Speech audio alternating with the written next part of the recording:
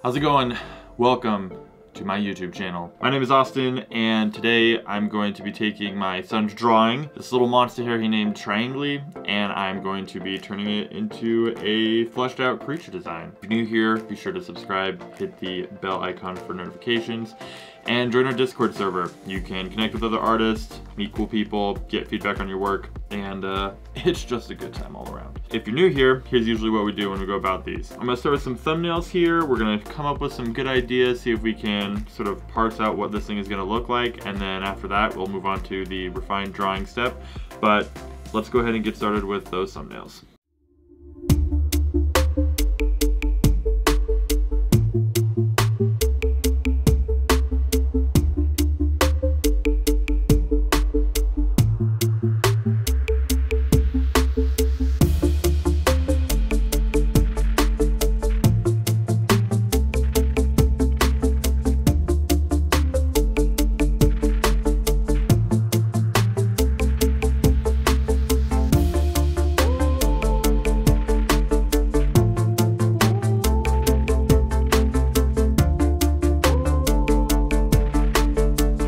I feel a little bit at a loss on this one. I was worried this one was gonna be a little tricky, but honestly, I think I like the first thumbnail I came up with the most.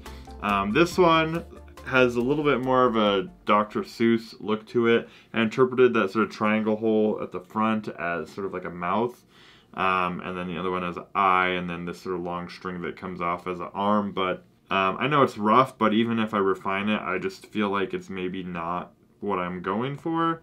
This one down here, that line on the back, I thought maybe it'd be interesting to create some sort of alien orifice on its back, and turn that line on the side into some gills. The eye shape to have sort of like a killer whale patch where it's sort of this big white circle or a different color, but then the actual eye itself is a lot smaller. I did that on the other one too because I think it helps me to be able to make a creature design that's a little bit more realistic and sort of imply the scale I'm looking for without having such a huge massive eyeball, and then turn that little hole in the front as to like a pit viper sort of nose thing, or like a shark nose. I don't know, maybe I'm just trying too hard to stick exactly to the line art instead of taking inspiration from it, but I feel like I'm trying to stick so closely because it's not obvious as much what the design is. And so I want to have some shapes or elements that are recognizable from the original, which is why I think I want to go with this one. I turned that triangle shape into a tooth. I gave it sort of more like a whale body, and that little fin there on the side is sort of that line. The things on the back are going to be sort of like long tendrils or like antenna type things. And then we got fins and stuff in the back to just sort of round this out. So I think this is what I'm going to go with, and let's go ahead and get started on the next part.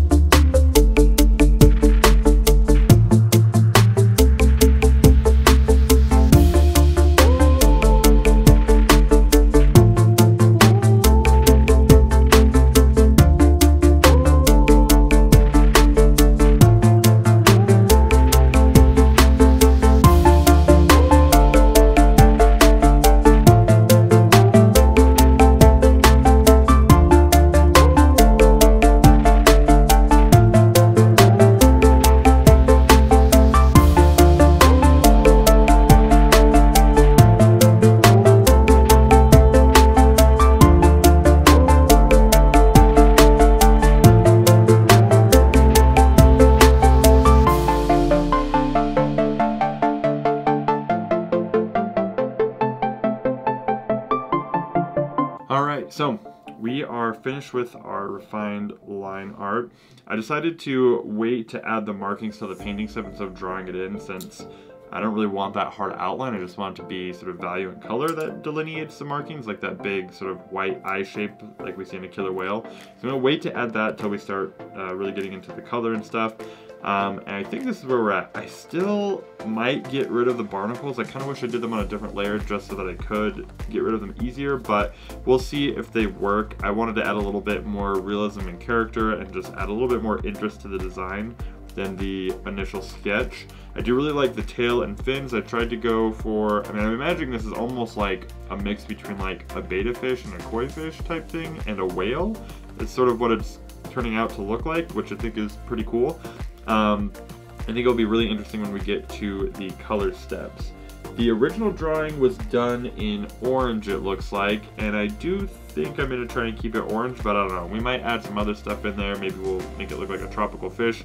I'm not really sure yet, but this is where we're at for this stage. The next stage is going to be painting, so I'm going to need to outline this whole thing. I'm going to need to lay in my base colors, any markings and stuff like that will go in this section, and then once we do that, we'll be ready to start lighting. So let's get started.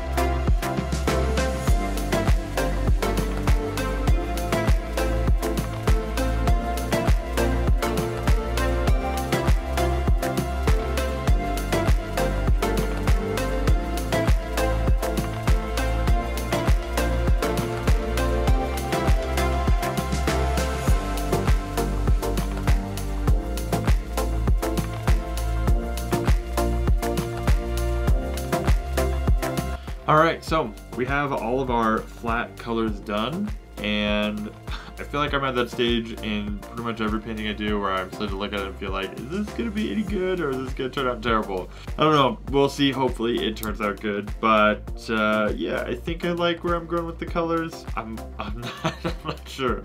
It's good enough. It's good enough to keep going, and we'll never know unless we continue painting. So I decided to add a little bit of this stuff on his chin to maybe be like a mating lure or something like that. I added some scars along with the barnacles and stuff like that. So I think it's coming along. We're gonna go ahead and start doing the shadows now. First, I'm gonna lower the opacity on the line art just a little bit, and then we're gonna go in here on a multiply layer and start blocking out our major lighting and give this thing some three-dimensional form. So let's go ahead and get started. Hey guys, I just wanted to take a moment to tell you about my new website, digitalpaintschool.com. So Digital Paint School is my new website where you'll be able to take digital painting courses covering a wide variety of topics. We're going to be teaching environment design, concept art, anime, manga, human anatomy, basically anything you can think of. There'll be multiple instructors on there who are experts in their industry who actually work in the field that they're teaching, and you can even sign up for one-on-one mentorships with any of our instructors where every week they're going to meet with you, they're going to be doing drawovers, paint-ups of your work, talking about your artistic goals, and even giving you specific assignments tailored exactly to what you're trying to accomplish. Also included is access to our private community of artists where you can meet other students who are taking the same courses as you, share your assignments, get feedback, actually interact with your instructors, as well as join fun art challenges and cool art prompts to come up with creative ideas. The whole goal of this website is to help you build a portfolio that's actually going to get you hired in the industry. And the cool thing is there's a 14-day money-back guarantee. So if you buy any of our courses and you just don't like them, you don't feel like it's worth it, you can get a refund for any reason, no questions asked, and you don't even have to worry about it. So if you want to paint images like I do in my videos, then click the link in the description below and go check it out. That's all. Thanks for taking the time to listen. Now back to the video.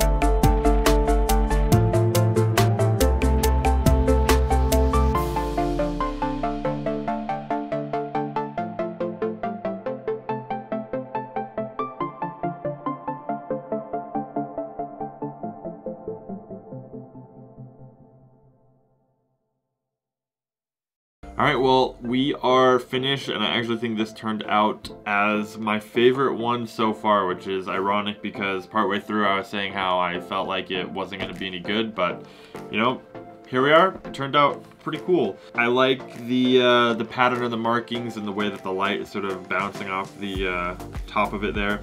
I kind of tried to alter the perspective and sort of push the back half back further in space to hopefully give it a little bit more scale and sort of have the fins in the back half sort of fade into the distance a little bit more. I think maybe I could push that effect a little to really hone in on it. Looking at it now, I kind of wish I had moved the eye further down and made it a little bit smaller to really help with the scale and capture that whale feeling, but overall, small complaints. I think it turned out awesome. Anyways, thanks for joining me. Hope you like this, and if you want to see more videos like this or learn how to paint like me, then be sure to subscribe, hit the bell icon to receive notifications, and I will see you guys in the next one. Bye. Not charging. Okay, you're stupid. I hate how iMacs don't have USB ports. Like, get over yourself. You're not that cool and futuristic and, oh, we don't even need these anymore. Like, yes, we do. Everyone still uses these. Pretty much everyone.